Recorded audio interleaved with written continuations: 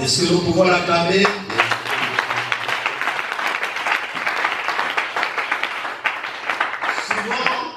Nous ne nous rendons pas grâce de ce qu'il nous fait. Souvent, nous ne nous imaginons pas quels sont les combats qu'il a livrés pour les uns et pour les autres.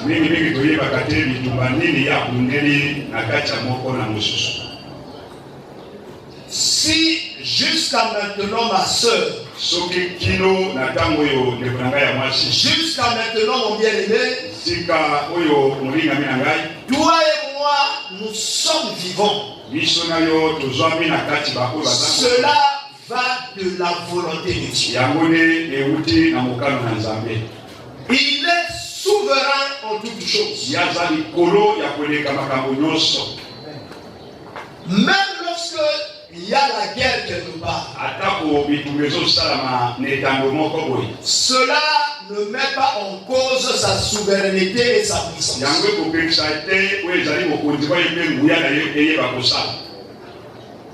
Ça ne nie pas et ça ne remet pas en cause sa puissance.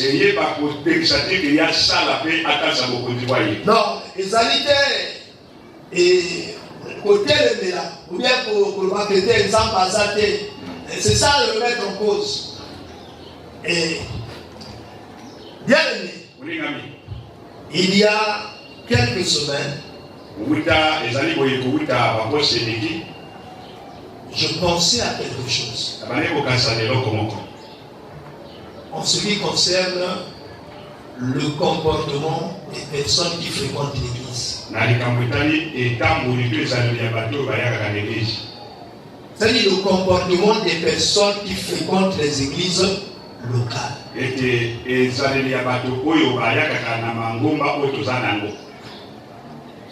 Parce que souvent, nous n'arrivons pas à comprendre.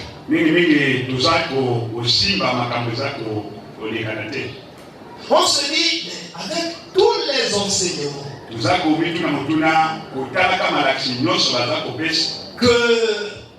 qui sont déversés dans les assemblées, comment il peut y avoir des imbroglios?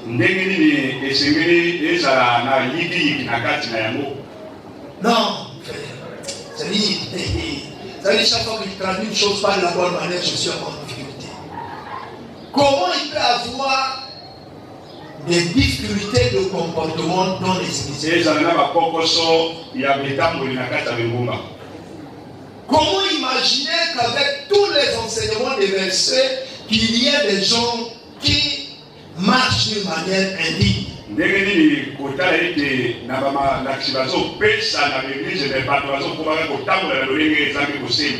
y a des fois on se demande, est-ce que les chrétiens suivent les enseignements? Ou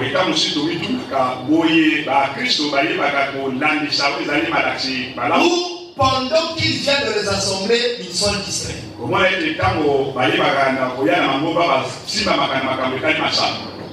Déjà regardez. De par la manière des chrétiens de venir à l'église. Il y a de ceux qui passent le temps d'adoration et de louange. Et ils viennent après tout cela. Et il y a d'autres qui disent non, papa, moi, ce qui est nécessaire que j'écoute le message. La Bible dit que notre Dieu est digne d'adoration et de louange. La Bible montre que même là-bas au ciel, lorsque notre Dieu s'approche de son trône, les 24 vieillards qui étaient assis auparavant,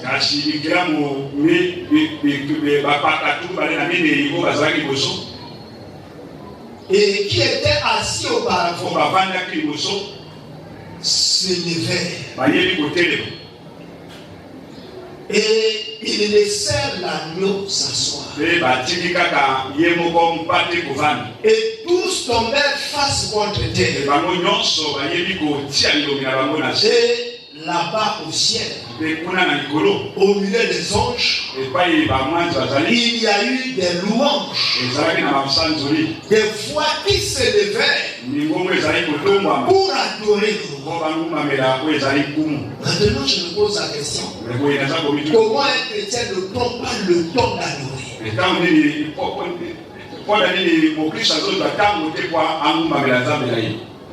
De contempler son Dieu.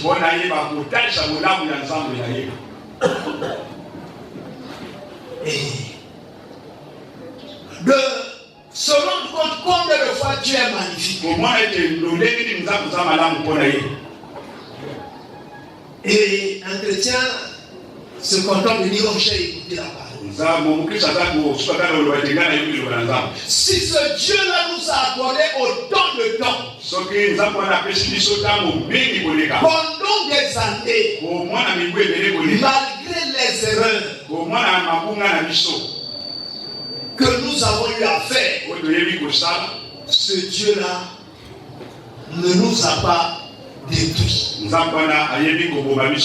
À ce moment-là, comment celui qui a le Saint-Esprit, comment celui qui a l'onction de Dieu ne prendra pas le temps pour contempler ce Dieu? Regarde la manière même que les chrétiens sont en train de chanter. Je ne peux pas te dire d'où, pourquoi il est ici, il est aussi. Et regarde comment ils sont en train de contempler leur Dieu. Même la manière dont ils chantent. Tu vois que quelqu'un il chante, il est quelquefois un peu comme égaré. C'est comme s'il pensait à quelque chose. Même celui qui chante, dans sa manière de chanter, tu vois qu'il est distrait. Non, il faut voir quelqu'un lorsqu'il chante pour l'éternel. Il est consommé. C'est comme s'il y a quelque chose qui l'avale, qui l'absorbe. Et vous voyez qu'il n'est même plus au milieu de nous. C'est comme s'il a voyagé à un moment donné. Et tu vois qu'il est dans une atmosphère. Il n'est plus de ce monde. Là, vous voyez qu'il y a des gens qui chantent froidement, tristement. Même toi qui chantes avec lui, tu es découragé. Oh Jésus. Et je me dis, mais qu'est-ce qui peut causer tout ça? Et c'est là où je crois que le frère Simon peut se rappeler. Je ne sais pas si c'était encore le vendredi ou encore le mardi. Je disais, il faut qu'on parle un peu de l'influence des esprits mauvais dans la vie des enfants.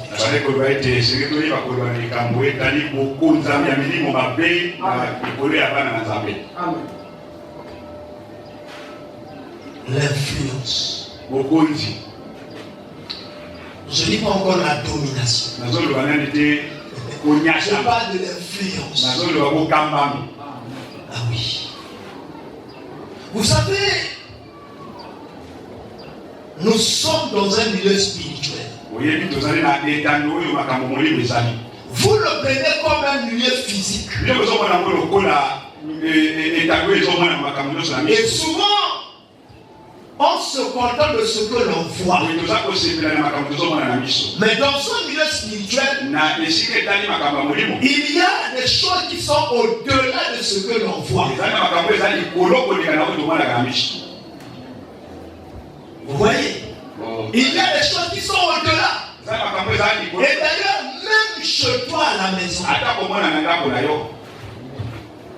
toi, tu te connais seulement de ce que tu vois.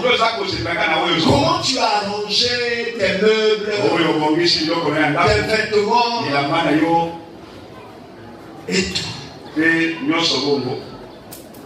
Comment imaginer? Quelqu'un, il marie sa femme. Pendant que la femme est partie vendre au marché, pendant que la femme est allée vendre au marché, Et il fait rentrer la voisine en face dans la maison.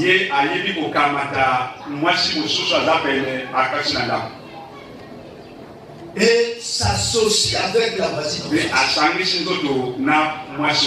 Dans des relations d'intimité.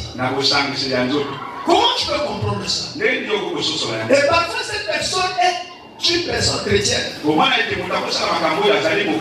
Il y a quelques années, on a révoqué un pasteur responsable d'une assemblée locale. Pourquoi?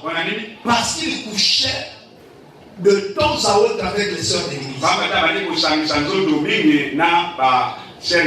Le frère Sylvain peut s'en souvenir. Il y a un jour, sa femme même, sa femme est venue le surprendre dans leur lit avec une sœur chantre de l'église. Vous voyez ça? Quelqu'un qui se met là sur le haut de la chair, qui parle de Jésus, un homme saint,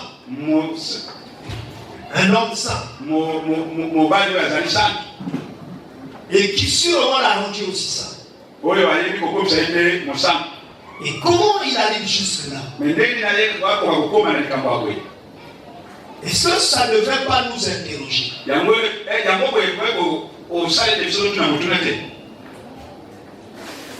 Est-ce que ça ne devrait pas nous pousser à réfléchir? Donc si on il faut qu'on réfléchisse. Comment pouvons-nous imaginer que deux bien-aimés sont venus prier à l'église? L'apôtre le disait l'autre jour. Ils s'asseyent là avant de commencer la prière. Ils sont en train de méditer sur le nom d'une soeur ou d'un frère. Et comment vous pouvez l'imaginer? Des gens qui se disent que l'église est un milieu saint. Un milieu où Dieu est présent. Où il contrôle chaque chose. Et les gens qui savent que Dieu repère même le mal, ils se donnent à cœur joie de parler mal d'un frère. Et c'est même l'objet de leur réunion. Quand ils avaient donné le programme à l'église, que tel jour viendront pour le culte du mardi, à l'enseignement. Tel jour viendront pour l'intercession. Tel jour nous verrons pour le rassemblement des femmes.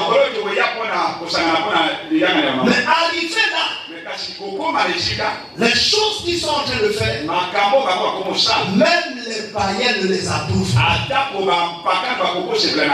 Même les païens s'interrogent. Et ce que nous appelons païens, c'est que ceux qui n'ont pas encore reçu Jésus comme Sauveur et Seigneur.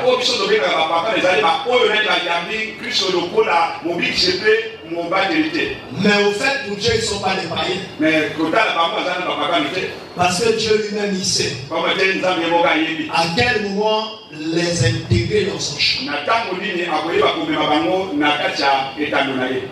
Et vous dites, est-ce que cela se fait par leur propre gré? Ou encore, il y a des influences.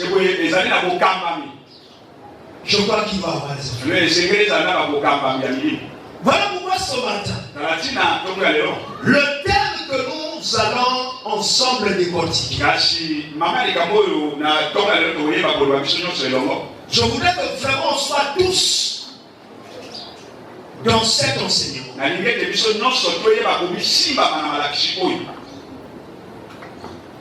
Et si ce n'était pas des questions de temps, on voudrait avoir même quelques réflexions venaient d'autres bien-aimés. On doit être prédicateur. Le thème de ce matin est intitulé L'influence du monde des ténèbres dans la vie des chrétiens. Non, je ne parle pas de domination. L'influence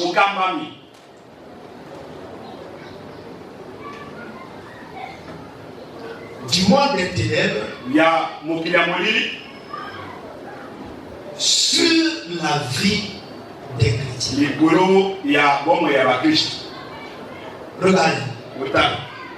Un jour, dans Luc chapitre 8, les versets 26 à 39.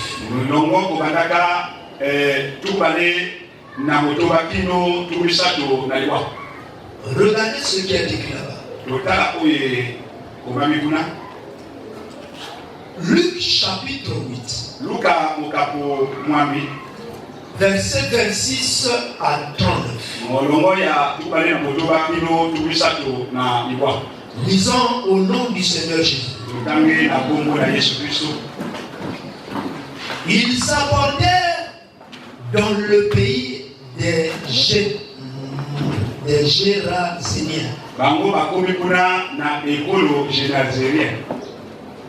qui est vis-à-vis de la Galilée. Lorsque Jésus fut descendu à terre,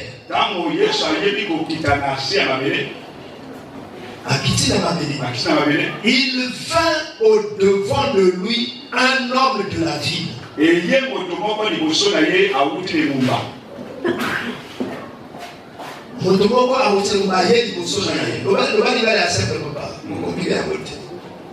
Lorsque Jésus fut descendu à terre, il vint au devant de lui un homme de la ville qui était possédé de plusieurs démons.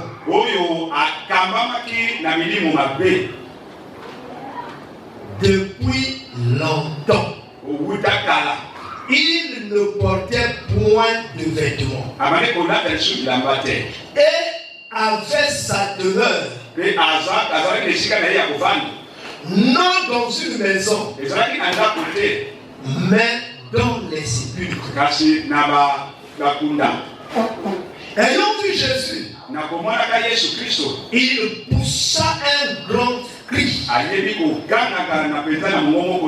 se jeta à ses pieds et dit d'une voix forte: qu'y a-t-il entre moi et toi?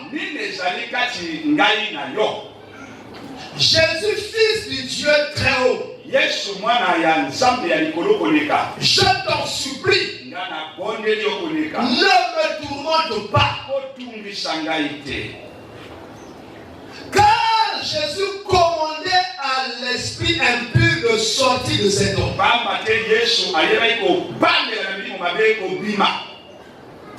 Car Jésus commandait à l'esprit impur de sortir de cet homme.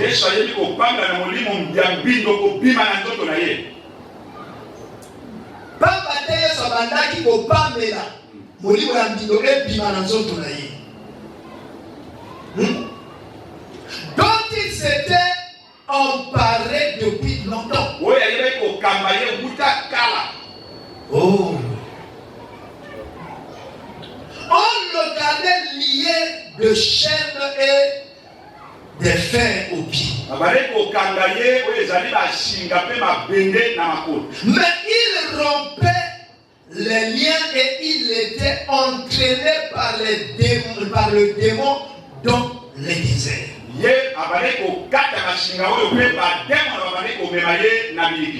Jésus lui demanda: quel est ton nom?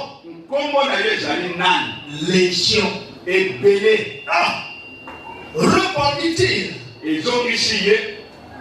car plusieurs démons étaient entrés en lui.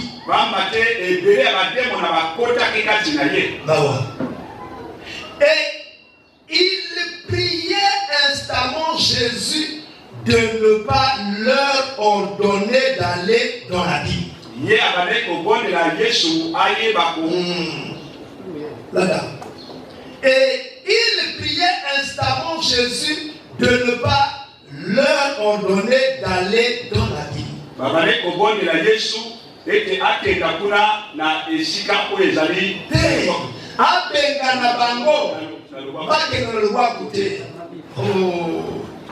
Il y avait là, dans la montagne, un grand troupeau de pourceaux qui paissait. Et les démons supplièrent Jésus de leur permettre d'entrer dans ces pourceaux. Maintenant, là, tu vas écouter. Il le leur permit.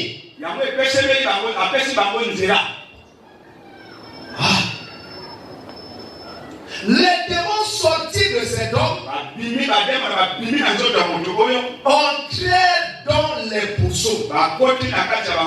Et le troupeau se précipita des pentes escarpées dans le lac.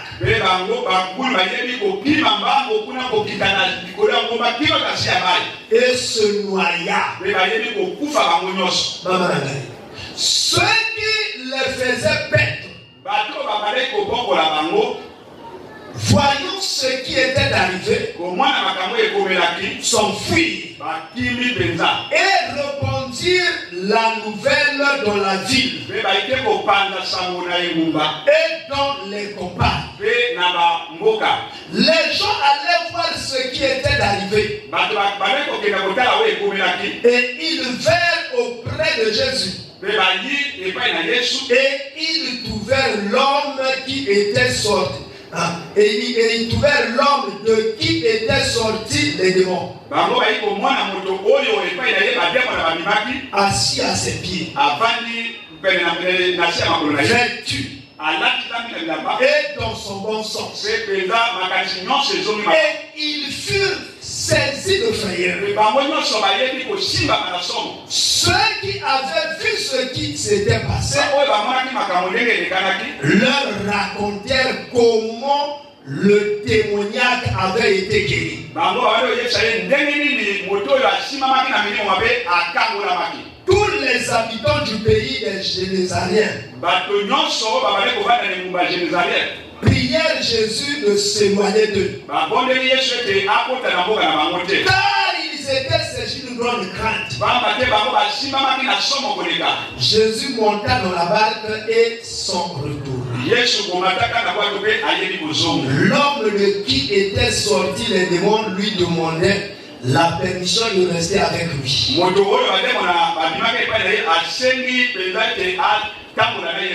Mais Jésus le renvoya en disant: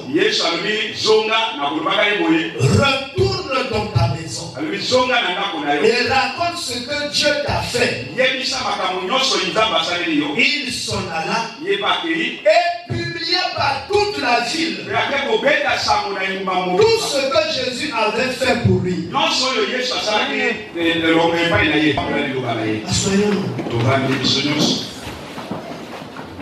Mes amis, frères et sœurs dans la foi, je crois que nous avons tous suivi cette lecture de Luc chapitre 28. Non, Luc chapitre 8 plutôt. Les versets 26 à 30. Là-bas, on est en train de nous parler de Jésus qui était en train de faire la mission. La Bible dit qu'il passait de ville en village. Il passait de ville en ville et de village en village. La Bible dit qu'il prêchait la parole. Il guérissait les malades.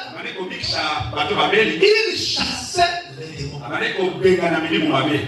Et donc Jésus continue à faire ce travail. Il utilisait tous les moyens disponibles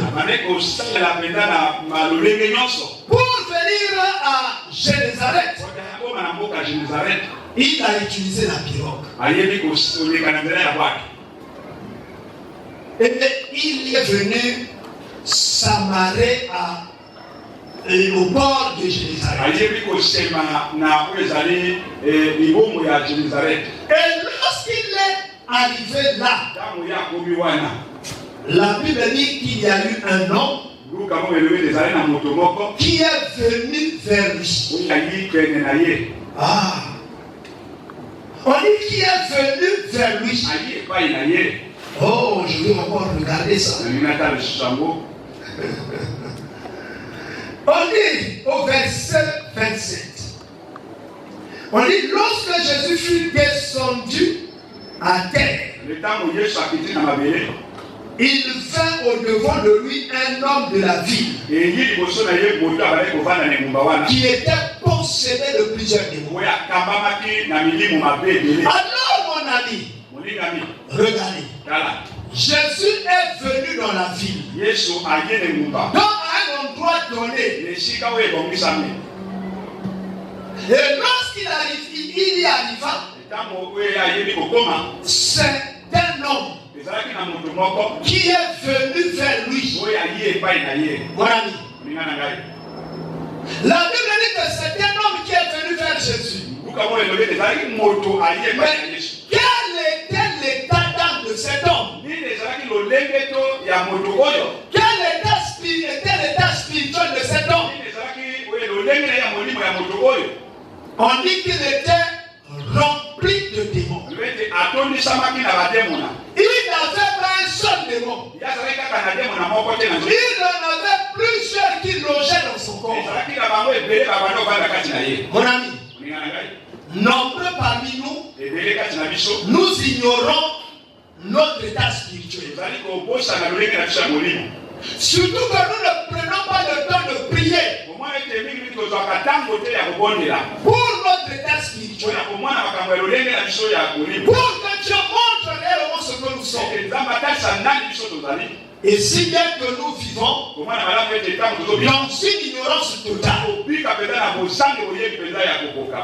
Mais comment les gens savaient que cet homme avait beaucoup de démons en lui? Première chose, c'est qu'il ne faisait pas les choses comme tout le monde. Les gens habitaient dans les maisons. Mais lui, il n'avait pas sa demeure dans la maison. Oh. Mais où il avait sa demeure? Dans les temples.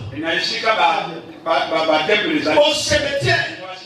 Mais le cimetière, c'est quel endroit? C'est là où il y a des gens qui n'ont pas de vie. Qui sont déjà morts. Qui ont disparu de ce monde. Mon ami, nous sommes en train de parler de l'influence des démons sur les enfants de Dieu.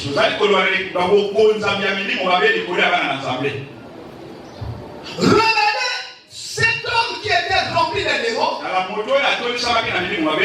est venu vers Jésus. Dès que Jésus est arrivé dans la ville. Mon ami, ici Jésus est prêché dans sa plénitude.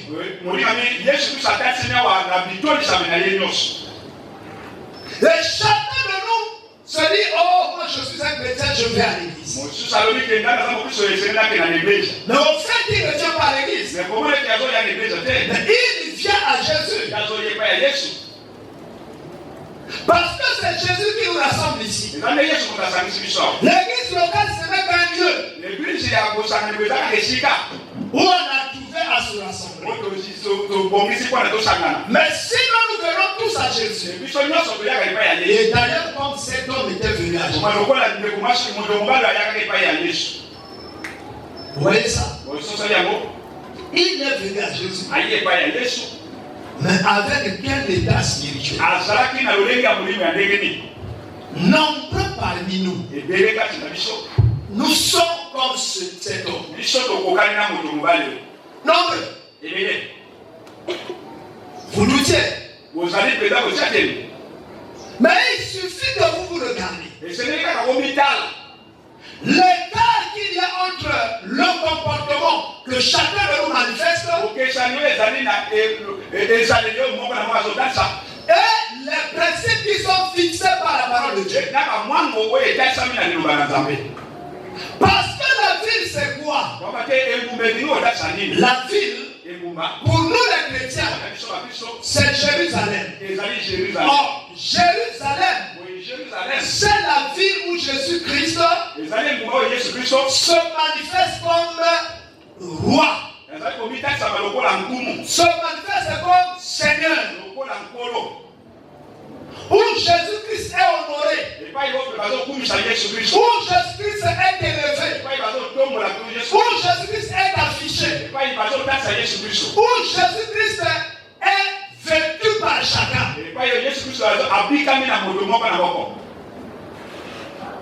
Vous voyez? Vous voyez ça? Où la gloire de Jésus-Christ est manifestée. Maintenant, posons-nous la question. Qu'est-ce qui se manifeste dans nos vies? Est-ce que c'est les œuvres de Jésus ou les œuvres du monde? Oh, il faut que nous posions la question. Rappelons-nous que l'autre jour, le peuple d'Israël, donc Dieu, avait mis devant eux Samuel pour les conduire.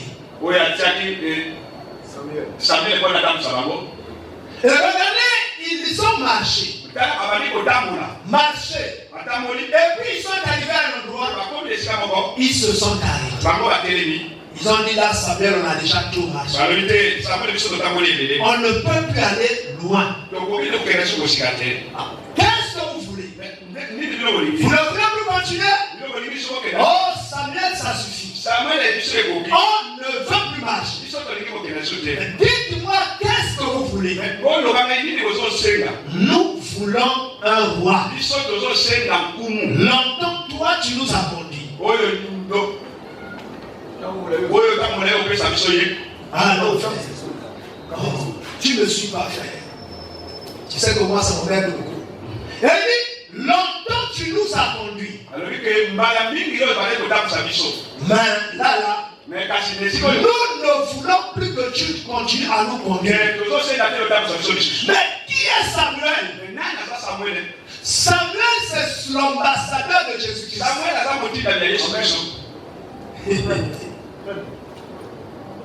Samuel, c'est le délégué de Jésus.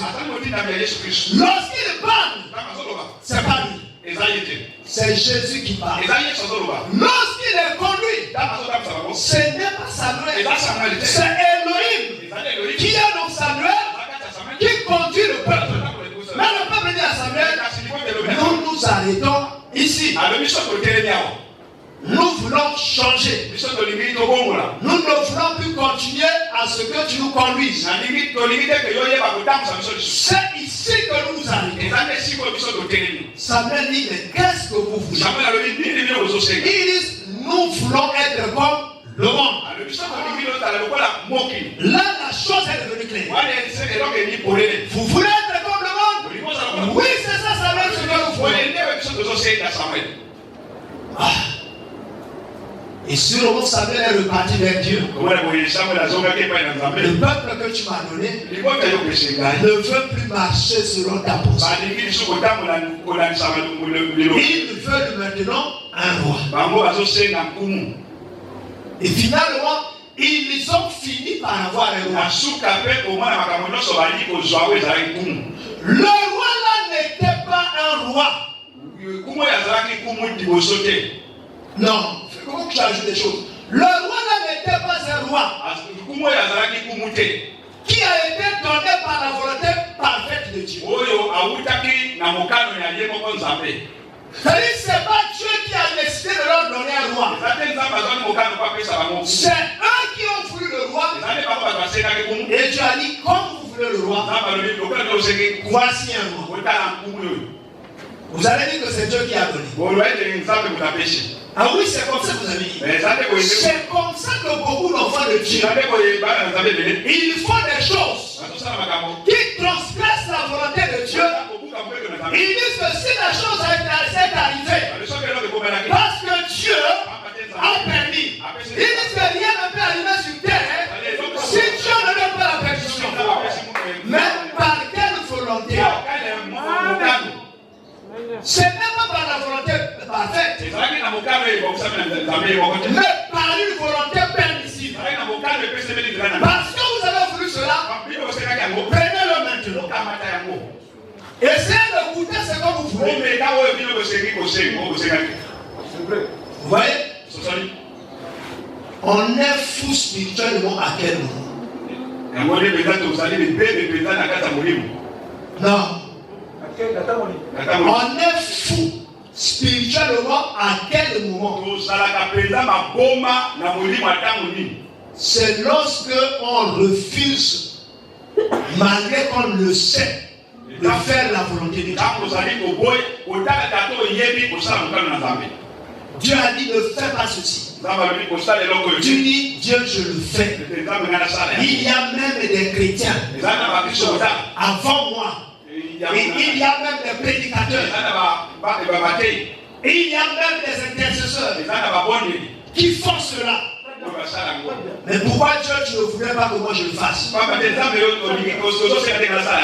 frère ou une soeur vient. Il dit regarde l'écriture. Tu es en désaccord avec l'écriture. Reviens. Arrête avec ce que tu fais. Tu dis c'est Dieu qui est le maître des temps et des circonstances.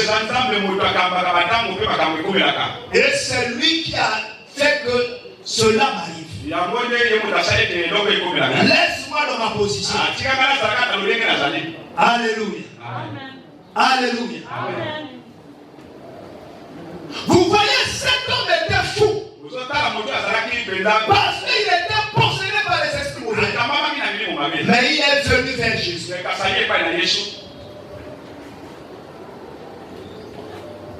Mais ce n'est même pas lui qui est venu vers Jésus. Il n'est pas venu vers Jésus par sa volonté. Ce sont les esprits qui sont en lui, qui l'ont poussé même à venir vers Jésus avec une motivation de dire à Jésus ne nous sors pas du secours. Si tu nous sortais, ne nous envoie pas dans la Bible. Envoie-nous là où nous voulons. Et ils ont décidé le tout.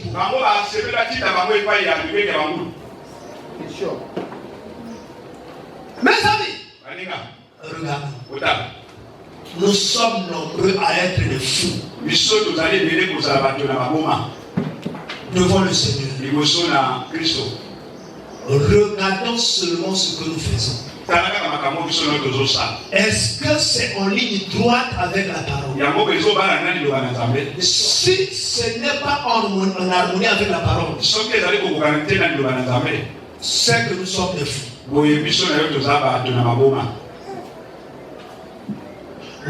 village dans lequel nous devons vivre, la ville dans laquelle nous devons vivre, la voici. La parole. C'est là où nous devons résider. Mais où résidons-nous? Faisons un peu de la parole. Mais nous faisons plus ce qui n'est pas de la parole. Mais nous déclarons toujours être les enfants de Dieu. Parce que le fou, de temps à autre, il faisait des tours au village.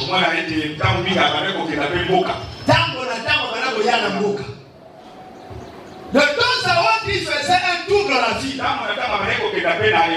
Mais sa vraie résidence, c'était dans les cimetières. C'est comme plusieurs enfants de Dieu. De temps à autre, il fait un tour dans la parole de Dieu. Non, frère, comment tu dis ça? Tango na tango. De temps à autre, il fait un tour dans la parole de Dieu. Mais la plupart du temps, ils sont dans le monde. Ne sommes-nous pas comme ces fous? Nous sommes des textures de mon compte. Nous ne nous rendons pas compte. Le lieu de résidence, c'est la parole. Mais le fait que nous quittions la parole pour aller faire les choses du monde, hey, nous sommes des fous spirituels. Qu'est-ce qui nous rend fous spirituels? Les esprits. Les esprits impurs. Les esprits démoniaques qui sont toujours en train de nous distraire,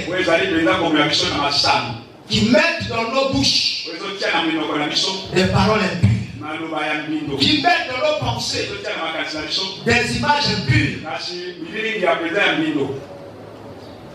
qui nous poussent à poser des actes d'impureté. Nous ne nous rendons pas compte. Ah, moi j'aime pas l'église. Oh non, on prêche trop. On prend tout le temps de prier. Oh, vous avez déjà trop prié. Est-ce qu'on ne peut pas arrêter là? Et vous savez, les gens se distraient. Et les gens ils font l'église où on danse beaucoup. Alléluia. Ah oui. Les gens aiment l'église où on danse beaucoup. De moins en moins on prêche la parole. Les gens aiment l'esprit sur la parole. Ah, le type la prêche bien. Il a tout résumé en 10 minutes. Comme si nous sommes poussés dans mon cœur. Et les gens aiment comme ça. Et à la fin, ils finissent par acclamer. Cette parole-là ne vous aide pas. Oh non, la parole nous attaque trop. Oh, ça a trop dérangé les gens ce message. Mon ami, sur un fumoir de poisson. Ah non frère, non. C'est vrai que je prêche en Igala, parce que tu déformes tellement le message. Sur un fumoir de poisson,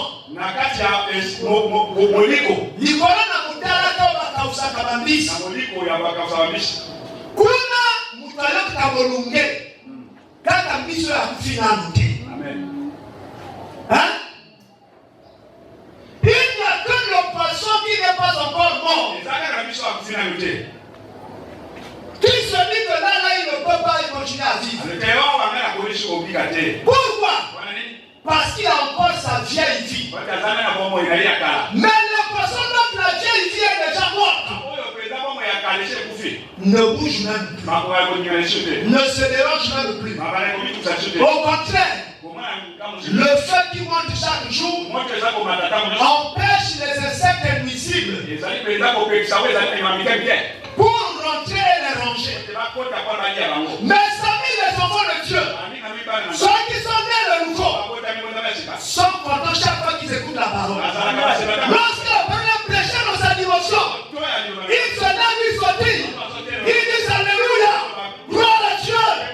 Mais ceux qui ont encore le monde, où le monde est en train de parler,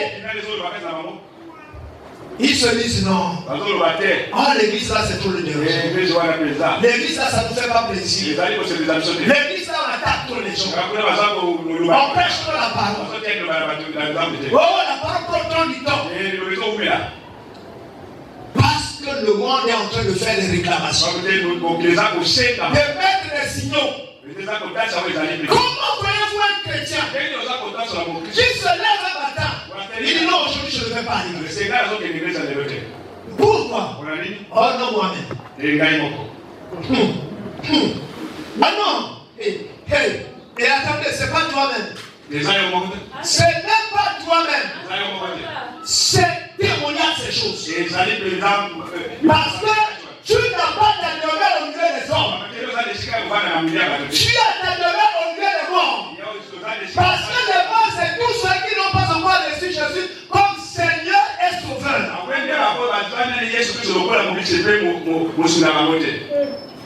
Et ils se sentent à l'aise dans le monde. Ils se sentent à l'aise dans les les bars. Ils se sentent à l'aise dans l'homosexualité. Et comment tu imagines, frère, qu'un homme se met dans un même lit avec un homme et se met à faire l'amour? Et l'autre jour, je me crois quelque part et on dit à un petit, oh petit, tu es courageux. Tu as chassé la femme de ta mère de votre maison. Tu as chassé la femme de ta mère dans la maison de ta mère. Est-ce que tu peux comprendre ça? Chasser la femme de sa mère. Ta mère elle-même c'est une femme. Et elle a encore une autre femme. Et qui vit dans un foyer. Comme un couple. Deux personnes de même sexe. Non, frère. Tu déformes le message. Deux personnes de même sexe. Mais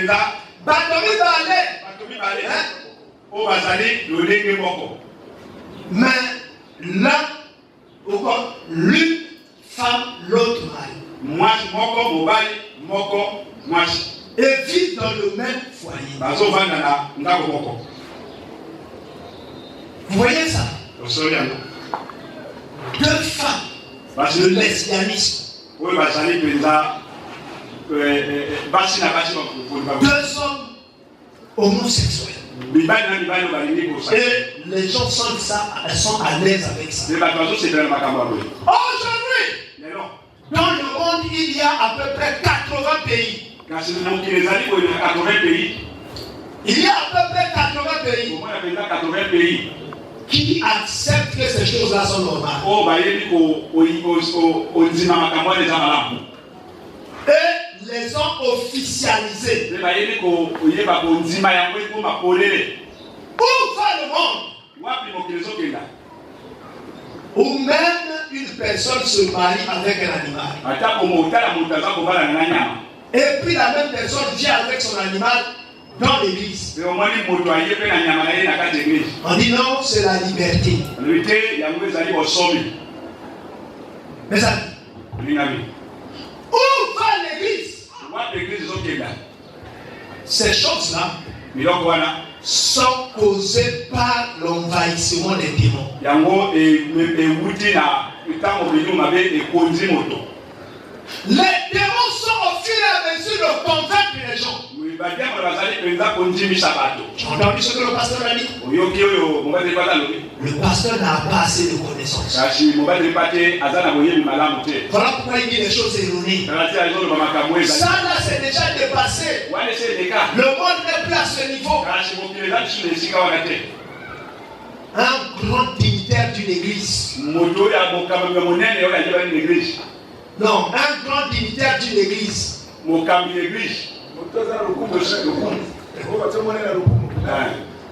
Un jour, c'est assis.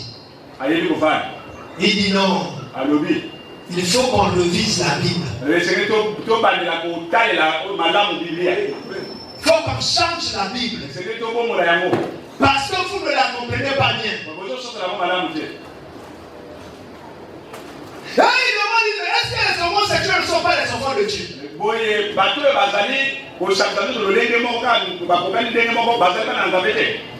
que de vous à moi, est-ce que les homosexuels peuvent être les enfants de Dieu? Comment? Même si l'homosexuel venait à l'église, même s'il prêchait la parole, même s'il a appris ça dans n'importe quelle théologie, il prêche bien que moi. Il n'est pas enfant de Dieu. Il ne devient pas enfant de Dieu que lorsqu'il sera sauvé, lorsqu'il quittera ce monde-là, lorsque le Seigneur le gagnera, il n'a pas le Seigneur. Parce que les choses qu'il fait ont la suffisance, qu'il n'est pas encore sauvé. Alléluia. Est-ce que le fou ne faisait pas un tour dans la ville? Est-ce que cela a enlevé sa folie? Parce qu'il était venu à la ville. La ville forte, c'est l'église. La ville qui est assise sur le fondement du Seigneur Jésus. Oui. On ne dit pas parce que un homosexuel, un impunique, un voleur vient à l'église qui devient enfant de Dieu.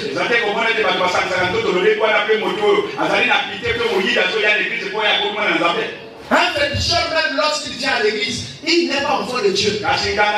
C'est un enfant du monde des ténèbres. Alléluia. Il peut vomir le feu. Il peut faire des miracles. C'est pas un enfant de Dieu. C'est à cause de ça que la confusion est rentrée dans l'église. La confusion est rentrée dans l'église, c'est par cause des prédications molles. Il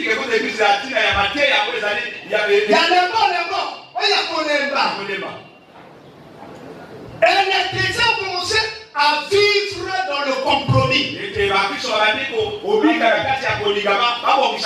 frère qui se dit chrétien, mais il ne veut jamais changer. Il garde le même caractère du monde, la même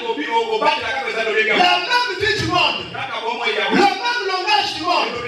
Mais il dit quand même que je suis chrétien. Non. Si tu es chrétien, tu dois changer. Ta vie doit changer. Tu ne dois pas être chrétien et continuer à être ivrogne. Tu ne peux pas être chrétien et continuer à être voleur.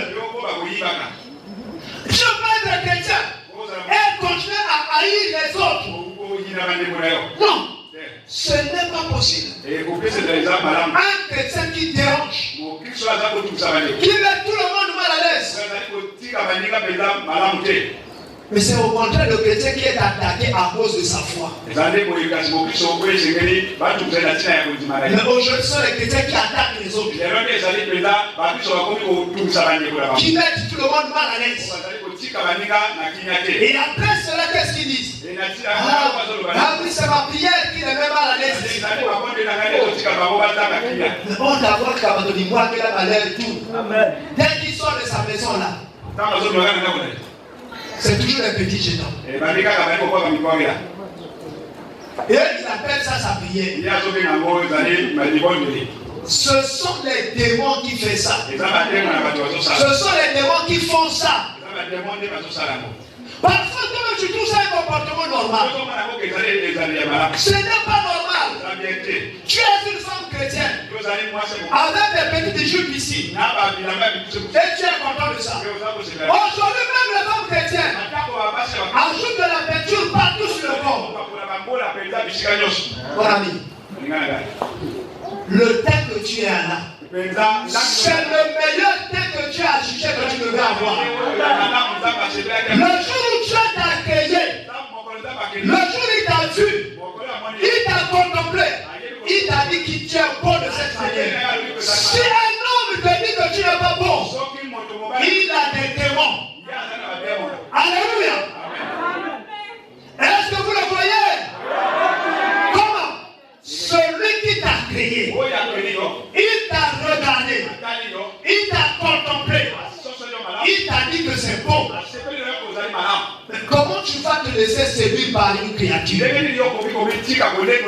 Aujourd'hui, vous montez même de manger pour acheter les crèmes, les quoi. Mais vous êtes les meilleurs. Vous êtes belles telles que vous êtes. Vous êtes merveilleuses. Mais le monde vous dit non. Il fallait que tu mettes ça, que tu ajoutes ça, et que tu traces encore un peu sur le milieu. Lorsque les gens te verront, ils diront que tu es beau. Mon ami, non. Il n'y a que le monde qui apprécie la beauté de cette manière.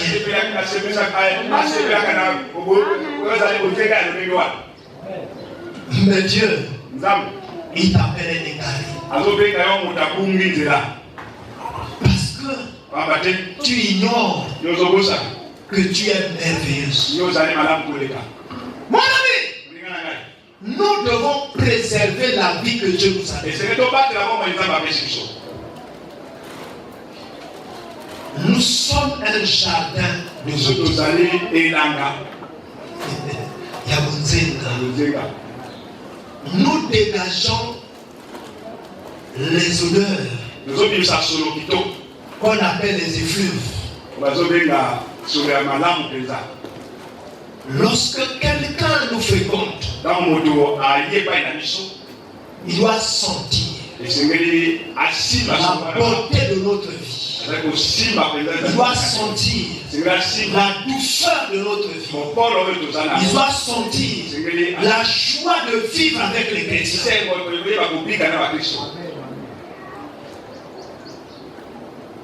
Il faudra même y réciter. Qu'il y reste longtemps.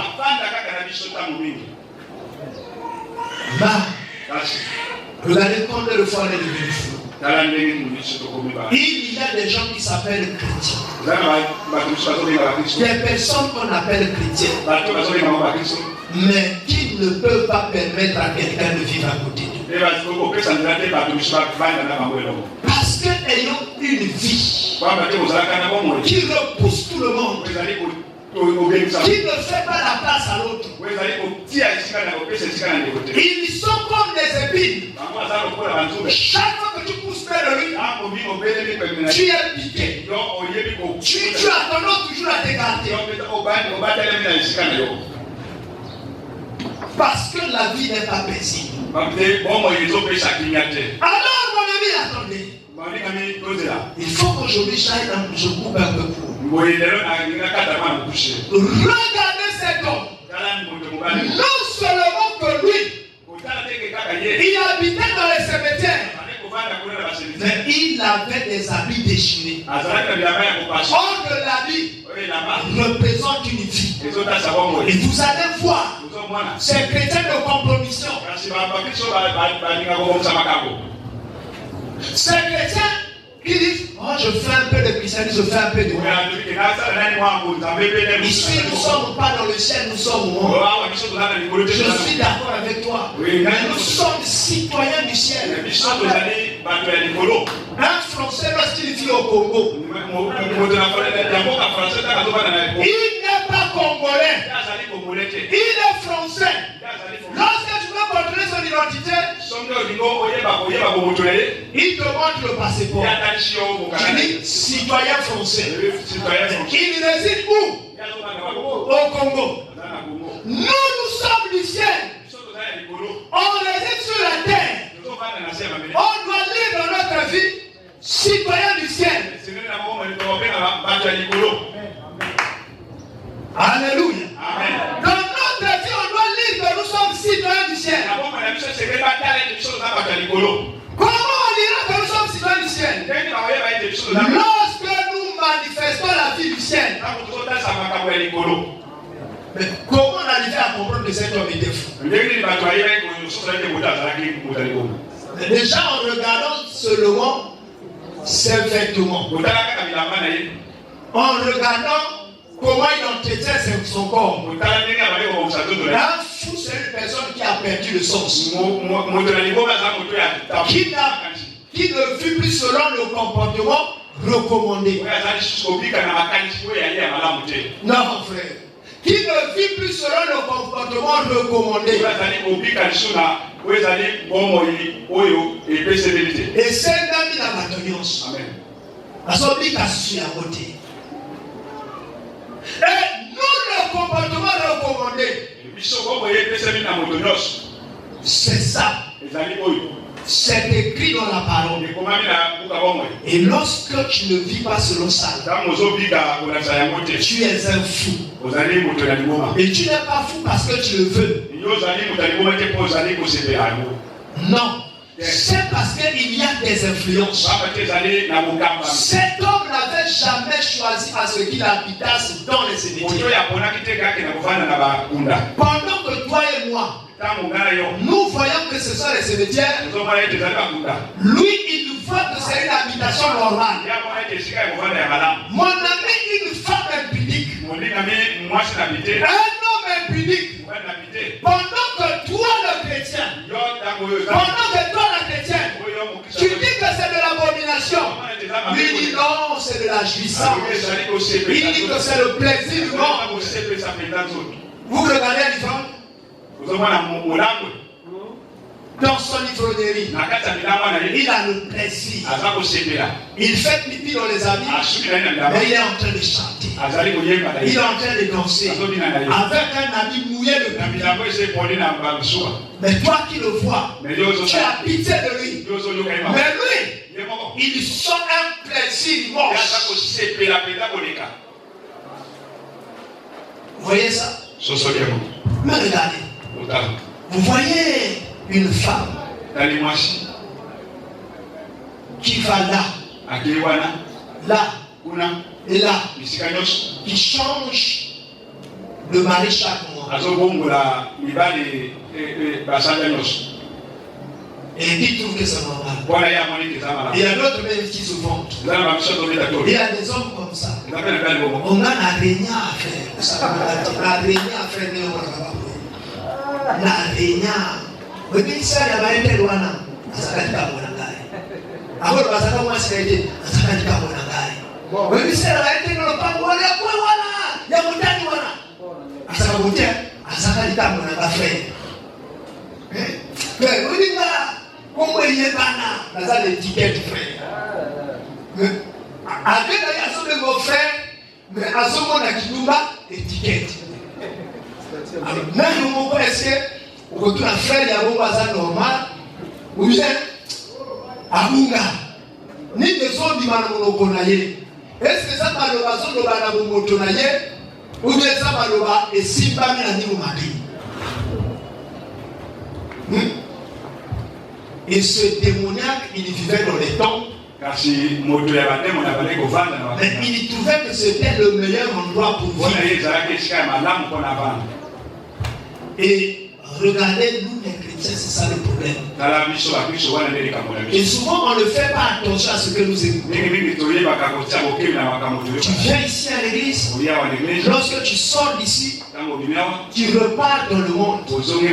Et tu reviens ici demain matin, tu reprends le micro, tu commences à chanter.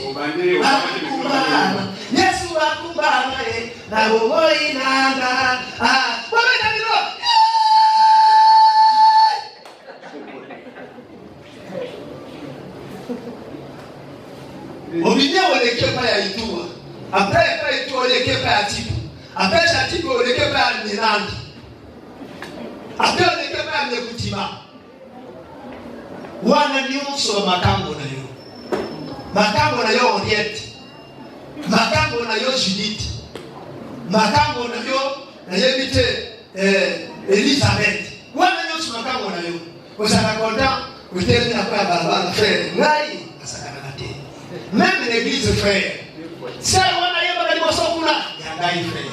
Ouais asaka protocole wana yangai frère.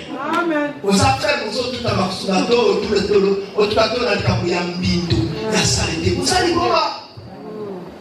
Il faut luka Yesu. Il faut que tu viennes à Jésus. Jésus dit venez à moi. Pour tous qui êtes fatigués. C'est chargé. Qu'est-ce qui t'a fatigué? C'est le monde. Tu pries le monde. Tu vis le monde. Tu es dans la joie lorsque tu es dans le monde. Tu es un frère. Tu mens. Tu mens même le pasteur. Tu mens le frère qui vient à côté de toi. Tu mens le frère qui vient à côté de toi. Et tu es à l'aise, tu dors ta maison. Tu ne viens jamais confesser. Hein? Et tu es à l'aise. Alléluia, ma frère. C'est comme ça que je dis que les prédicateurs sont les gens les plus courageux. Après avoir couché une soeur la nuit, il commence à nous jeter les histoires. Ah, ça là, c'est condamné par Dieu. Ton cœur parle. Il parle encore. Il prêche bien de ta bouche. Et tu es tellement courageux parce que ce n'est pas seulement un courage normal, c'est la folie. Le fou lui dit les choses qu'il ne contrôle pas. Ils ne se rendent pas compte de sa folie. Il trouve qu'il est dans un état normal. Mon ami, lorsque tu es chrétien, tu viens à l'église, tu t'assois là, tu écoutes la parole. Pendant qu'on prie, tu viens prier.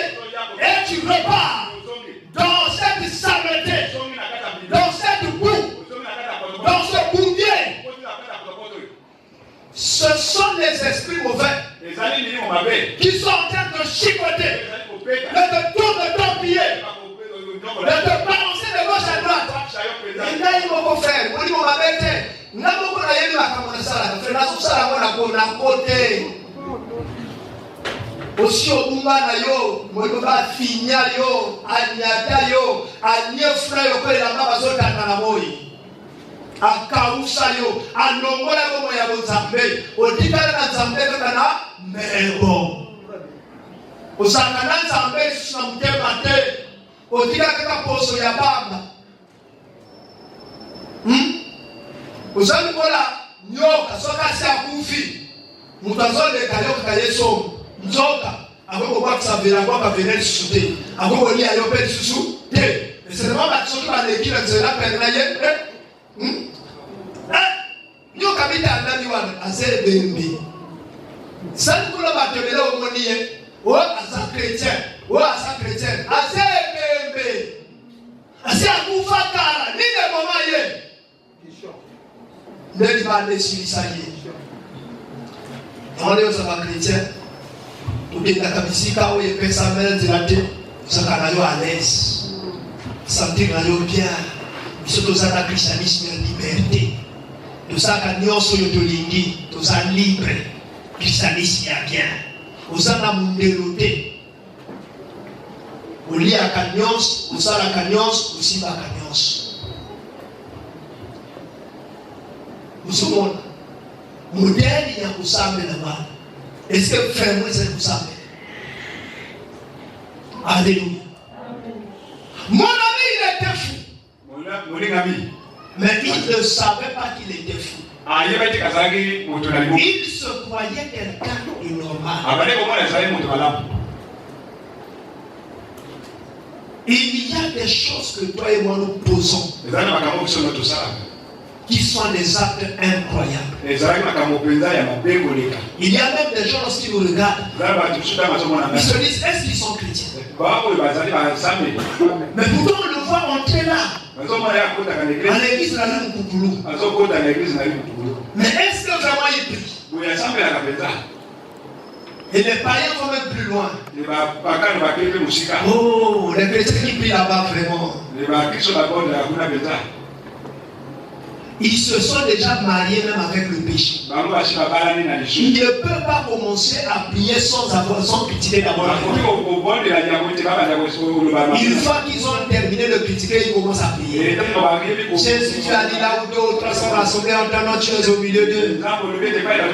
S'ils entendent comme une seule personne et demandent quelque chose en ton nom, ton Père qui est dans le céleste leur accordera cela. Et Seigneur, accorde-nous. Après avoir raconté des choses qui n'ont rien à voir avec Jésus. Tu as installé des choses qui n'ont rien à voir avec Jésus. Aujourd'hui, vous savez le type de chrétien qui à leur télévision regarde des choses sombres. Regarde les choses impures. Regarde les choses qui détruisent même le comportement humain. Après, lorsqu'ils ont fini par regarder ça, oh Jésus Seigneur, nous te rendons grâce. Tu nous as gardés toute la journée. Tu nous as permis de passer un bon moment. Garde-nous Seigneur la nuit. Après ce qu'on dit, on avait ôté les âmes à et c'est ça. Et surtout avec l'arrivée de Facebook là, qui nous envoie même involontairement des images. Des images compliquées. Et vous voyez, le diable, il affiche une image. Même lorsque tu ne veux pas regarder, il regarde quand même. Mais où ce qui est là-bas? Dès que tu mets comme ça, il ne trouve pas que c'est joli. Est-ce que c'est pas bon? Mais passe encore ça. Je vais encore là-bas. Il y a des enfants de Dieu qui n'ont même plus le temps de lire la Bible. Mais ils ont le temps de regarder ces images-là. Hein? Mais ils n'ont même plus le temps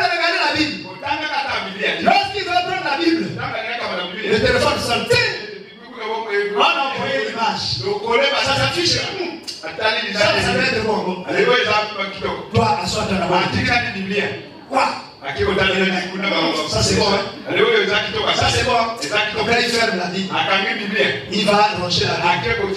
Il continue à regarder. Et le soir est arrivé. Il sort sur le lit. Il sort dans le lit. Et il dort. Mon ami, avec l'avancement de la technologie, nous sommes à rude épreuve. Notre foi est mise à rude épreuve. Si tu ne prends pas de décision, tu n'auras même plus le temps de prier. Tu n'auras même plus le temps de lire. Chaque fois que tu es devant ton écran là, on te bombarde des images. Là, tu trouves toujours intéressant. On te voit des informations. Là, tu trouves toujours intéressant. Et après, c'est le sommeil qui arrive. Après, tu sautes dans le lit. Le matin, avec la souffrance que nous avons là, allez chercher à manger. Tu quittes le lit, tu mets ta cuvette sur la tête. Tu vas à la boulangerie chercher le pain. Plus le temps de prier. Moi, ça me donne parfois. Les jours où je viens dormir ici, j'organise le culte matinal. Et demandez aux frères et aux soeurs qui sont aux alentours ici. Combien viennent au culte matinal? Et pourtant, c'est même le pasteur qui est en train de prier ici. Non, notre pasteur était venu à l'église aujourd'hui. Il a passé la nuit à l'église. J'ai entendu sa voix ce matin. Vous voyez? On est à rude épreuve. On n'est pas loin de devenir tous fous. De s'éloigner de Dieu. Parce que le monde est en train de développer des méthodes pour nous distraire. Au fur et à mesure que les siècles avancent, mon ami, la foi chrétienne devient de plus en plus difficile. Parce que le monde nous affiche des choses qui sont en train de nous intéresser. Chaque jour, nous courons maintenant derrière les richesses. Et c'est comme ça que les hommes de Dieu ont refusé d'être ministres de Dieu. Ils se sont comparés avec les ministres du monde. Chacun veut avoir une voiture. Si tu n'as pas de voiture, on dit que ce n'est pas un homme de Dieu béni. C'est comme ça que vous qualifiez la bénédiction. Si tu n'as pas de maison, on dit que tu n'es pas un homme de Dieu béni. Dis-moi, où était la maison de Paul? Alléluia. Je parie que ce jeune garçon a grandi à l'église. C'est vrai qu'il a été dans la maison de son père. Maintenant, tout le temps il a passé à l'église, en train d'écouter Gamaliel. Et il a acquis un grand bagage. Et il ne s'est même pas occupé de construire une maison. Et il est allé travailler pour Dieu. D'abord pour le judaïsme. Jusqu'à ce qu'acte 9 nous raconte sa rencontre avec Jésus. Et il a commencé à travailler pour Jésus. Jusqu'à la fin de sa vie. Je ne sais pas s'il avait une vie de famille. Est-ce qu'il était un petit serviteur? Est-ce qu'il n'était pas plus grand que nous tous? Est-ce qu'il n'a pas eu un grand ministère? Alléluia. Amen. Aujourd'hui, il faut avoir une belle maison. Il faut avoir une belle femme. Il faut avoir une belle voiture. Il faut faire les voyages à l'étranger. Il faut animer les séminaires. Et il y a quelqu'un qui m'a dit un jour, parce que le jour où vous allez organiser un séminaire, invitez-moi. Je lui dis, nous on a les séminaires tous les jours. Il dit encore ça. Chez nous on parle de Jésus. On prêche Jésus. On annonce Jésus tous les jours. Est-ce que Paul avait des séminaires? Je me demande même. Mais tous les jours on dit qu'il était assis à l'église. Il a parlé pendant 3 mois et demi avec la fête. Tous les jours. Il parlait de Jésus. Or que nous attendons les séminaires. Et lorsque tu fais un séminaire, tu vois les invités qui viennent là. Ce sont les gens qui viennent des autres assemblées locales. Tu dis, à notre séminaire, là, il y a eu beaucoup de gens. Mais il y a eu combien de personnes nées de nouveau? Il y a combien qui ont été gagnés au Seigneur? Parfois aucun. Malgré tout l'argent qu'on a mis, on a fait une activité juste pour faire du bruit. Pour donner les codes de l'église. Or que c'est Christ qui devait gagner les cœurs des gens. Nous confondons. Mon ami, aujourd'hui nous allons montrer à l'église, par l'aide de Dieu, que la plupart du temps, nous continuons à nous appeler chrétiens. Parce que nous sommes déjà sortis de l'Europe. Nous sommes devenus fous. Parce qu'on ne veut plus rester dans la parole. On est sorti de la parole, mais on se réclame toujours chrétien. Et Dieu va nous aider le mardi pour qu'on montre à l'église quelles sont les choses que les démons introduisent dans les vies des gens.